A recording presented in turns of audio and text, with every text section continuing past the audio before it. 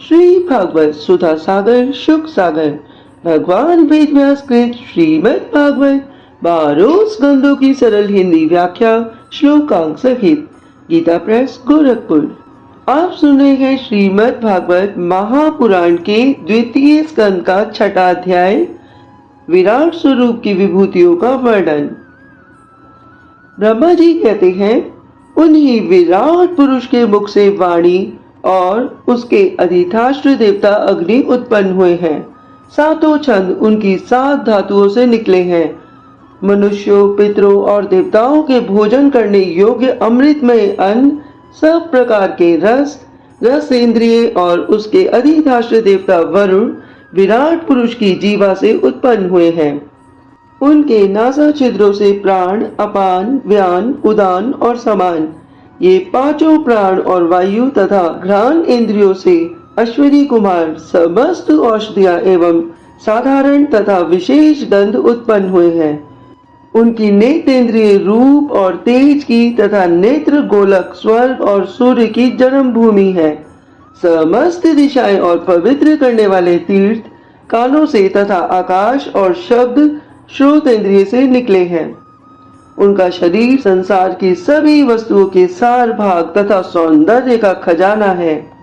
ब्रह्मा जी कहते हैं, उन्हीं विराट पुरुष के मुख से वाणी और उसके अधिष्ठात्र देवता अग्नि उत्पन्न हुए हैं। सातों छंद उनकी 7 धातुओं से निकले हैं। मनुष्यों, पितरों और देवताओं के भोजन करने योग्य अमृतमय अन्न, सब प्रकार के रस इंद्रियां और उसके अधिष्ठात्र देवता वरुण विराट पुरुष की जीवा से उत्पन्न हुए हैं। उनके नासा छिद्रों से प्राण, अपान, व्यान, उदान और समान, ये पांचों प्राण और वायु तथा घ्राण इंद्रियों से अश्विनी कुमार समस्त औषधियां एवं साधारण तथा विशेष गंध उत्पन्न हुए हैं। उनकी नेत्रेंद्रिय रूप और तेज की तथा नेत्र गोलक स्वर्ग और सूर्य की जन्म भूमि है। समस्त दिशाएं और पवित्र करने वाले तीर्थ कानों से तथा आकाश और शब्द श्रोतेंद्रिय से निकले हैं। उनका शरीर संसार की सभी वस्तुओं के सार भाग तथा सौंदर्य का खजाना है। सारी यज्ञ, स्पर्श और वायु उनकी त्वचा से निकले हैं। उनके रोम सभी उद्भिज पदार्थों के जन्म स्थान है अथवा केवल उन्हीं के जिनसे यज्ञ संपन्न होते हैं। उनके केश, दाढ़ी, मूछ और नखों से मेघ, बिजली, शिला एवं लोहा आदि धातुएं तथा भुजाओं से प्राय संसार की रक्षा करने वाले लोकपाल प्रकट हुए हैं। उनका चलना फिरना भू, भुवा, स्वा तीनों लोकों का आश्रय है। उनके चरण कमल प्राप्ति की रक्षा करते हैं और सभी प्रकार के भय को भगा देते हैं तथा समस्त कामनाओं की पूर्ति उन्हीं से होती है। विराट पुरुष का लिंग जल, वीर्य, सृष्टि, मेघ और प्रजापति आधार है तथा उनकी ज्ञान इंद्रिया मैथुन जनित आनंद का उद्गम है। हे नारद जी, विराट पुरुष की पायु इंद्रिय यम, मित्र और मल त्याग तथा गुदा द्वार हिंसा, निवृत्ति, मृत्यु और नरक का उत्पत्ति स्थान है। उनकी पीठ से पराजय, अधर्म और अज्ञान, नाड़ियों से नद नदी और हड्डियों से पर्वतों का निर्माण हुआ है। उनके उदर में मूल प्रकृति, रस नाम की धातु तथा समुद्र, समस्त प्राणी और उनकी मृत्यु समाई हुई है। उनका हृदय ही मन की जन्म भूमि है। हे नारद, हम तुम धर्म, सनकादि, शंकर, विज्ञान और अंतःकरण सबके सब उनके चित्त में आश्रित हैं। कहाँ तक गिनाऊं?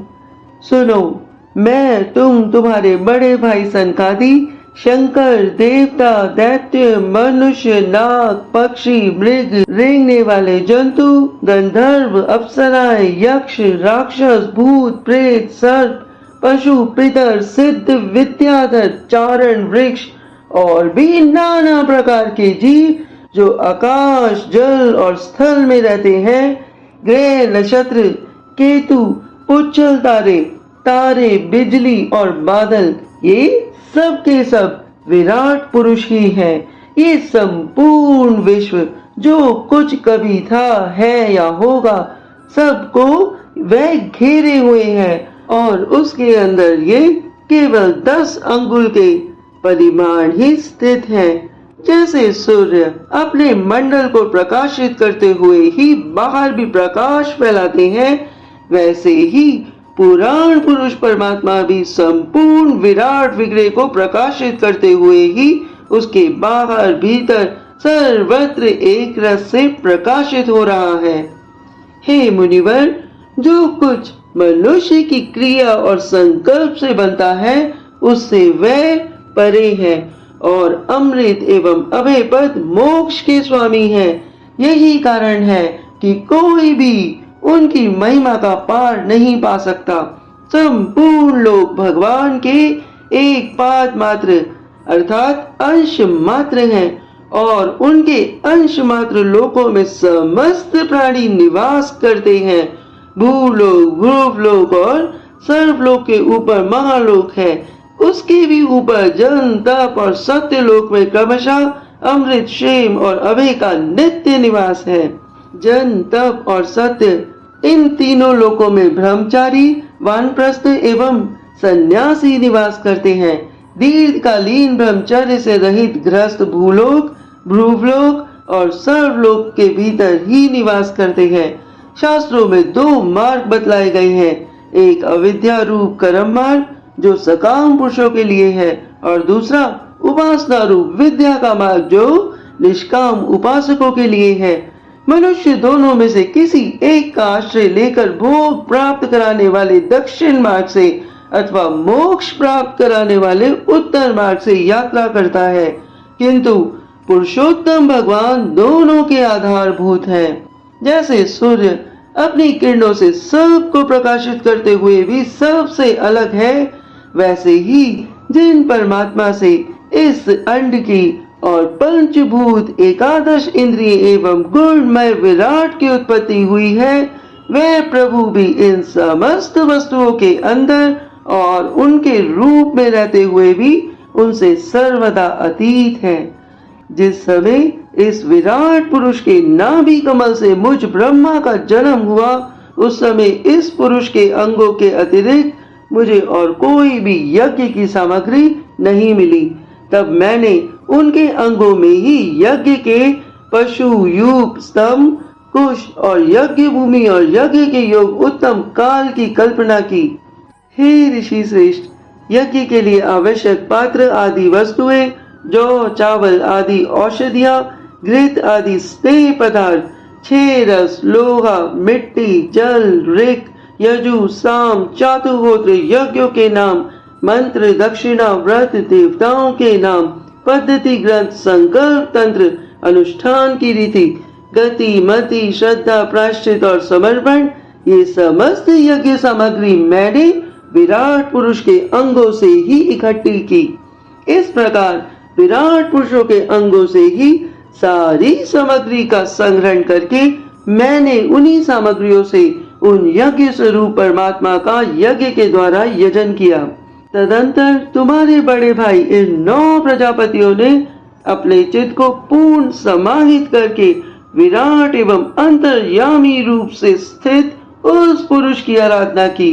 इसके पश्चात समय समय पर मनु, ऋषि, पितर, देवता, दैत्य और मनुष्यों ने यज्ञों के द्वारा भगवान की आराधना की। हे नारद, ये संपूर्ण विश्व उन्हीं भगवान नारायण में स्थित है, जो स्वयं तो प्राकृत गुणों से रहित है, परंतु सृष्टि के प्रारंभ में माया के द्वारा बहुत से गुण ग्रहण कर लेते हैं। उन्हीं नारायण की प्रेरणा से मैं इस संसार की रचना करता हूँ। उन्हीं के अधीन होकर रुद्र इसका संहार करते हैं। वह स्वयं ही विष्णु के रूप से इसका पालन करते हैं, क्योंकि उन्होंने सत्य, रज और तम की 3 शक्तियां स्वीकार कर रखी हैं। हे बेटा नारद, जो कुछ तुमने पूछा था उसका उत्तर मैंने तुम्हें दे दिया है। भाव या अभाव, कार्य या कारण रूप में ऐसी कोई भी वस्तु नहीं है जो भगवान से भिन्न हो। हे प्यारे नारद, मैं प्रेम पूर्ण तथा उत्कंठित हृदय से भगवान के स्मरण में मगन रहता हूँ। इसी से मेरी वाणी कभी असत्य होती नहीं दिखती। मेरा मन कभी असत्य संकल्प नहीं करता और मेरी इंद्रियां भी कभी मर्यादा का उल्लंघन करके कुमार्ग में नहीं जाती। मैं वेद मूर्ति हूँ। मेरा जीवन तपस्यामय है। बड़े बड़े प्रजापति मेरी वंदना करते हैं और मैं उनका स्वामी हूँ। पहले मैंने बड़ी निष्ठा से योग का सर्वांग अनुष्ठान किया था, परंतु मैं अपने मूल कारण परमात्मा के स्वरूप को नहीं जान सका, क्योंकि वह तो एकमात्र भक्ति से ही प्राप्त होते हैं। मैं तो परम मंगल में एवं शरण में आए हुए भक्तों के जन्म मृत्यु से छुड़ाने वाले परम कल्याण रूप भगवान के चरणों को ही नमस्कार करता हूँ। उनकी माया शक्ति अपार है। जैसे आकाश अपने अनंत को नहीं जानता, वैसे ही वह भी अपनी महिमा का विस्तार नहीं जानते। ऐसी स्थिति में दूसरे को उसका पार भी कैसे कर सकते हैं। मैं और मेरे पुत्र, तुम लोग और शंकर जी भी उनके सत्य स्वरूप को नहीं जानते, तब दूसरे देवता तो उनको जान ही कैसे सकते हैं। हम सब इस प्रकार मोहित हो रहे हैं कि उनकी माया के द्वारा रचे हुए जगत को तो ठीक ठाक से नहीं समझ सकते।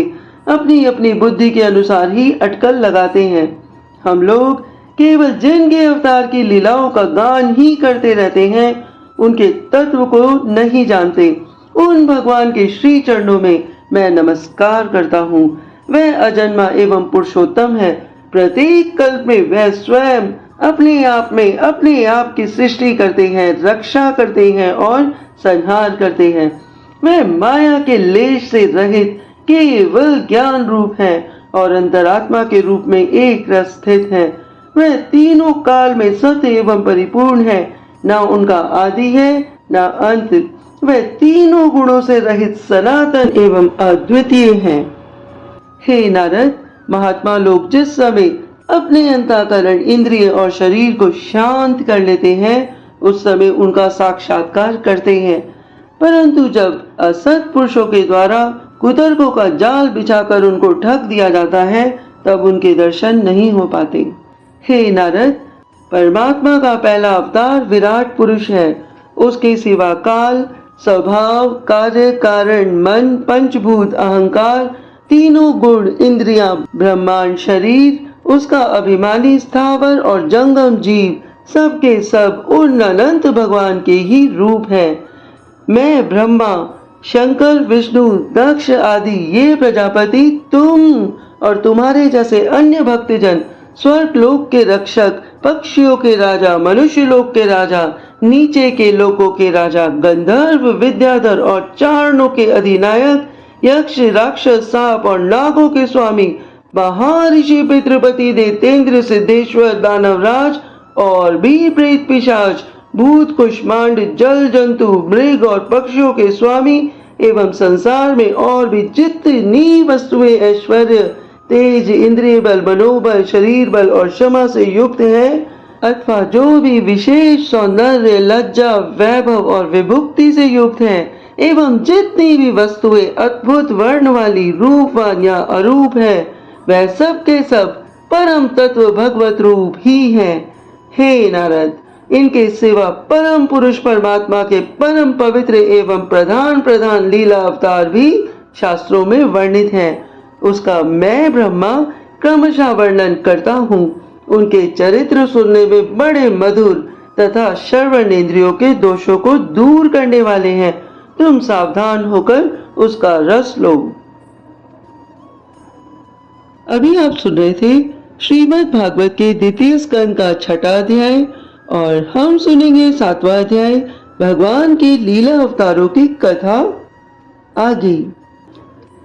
आप सभी लोगों ने श्रीमद् भागवत में जो भक्ति रस का गोता लगाया है, आपके अंदर बैठी आत्मा, आपकी ऊर्जा शक्ति को मेरा बारंबार प्रणाम है। भगवान श्री हरि आपका कल्याण करें।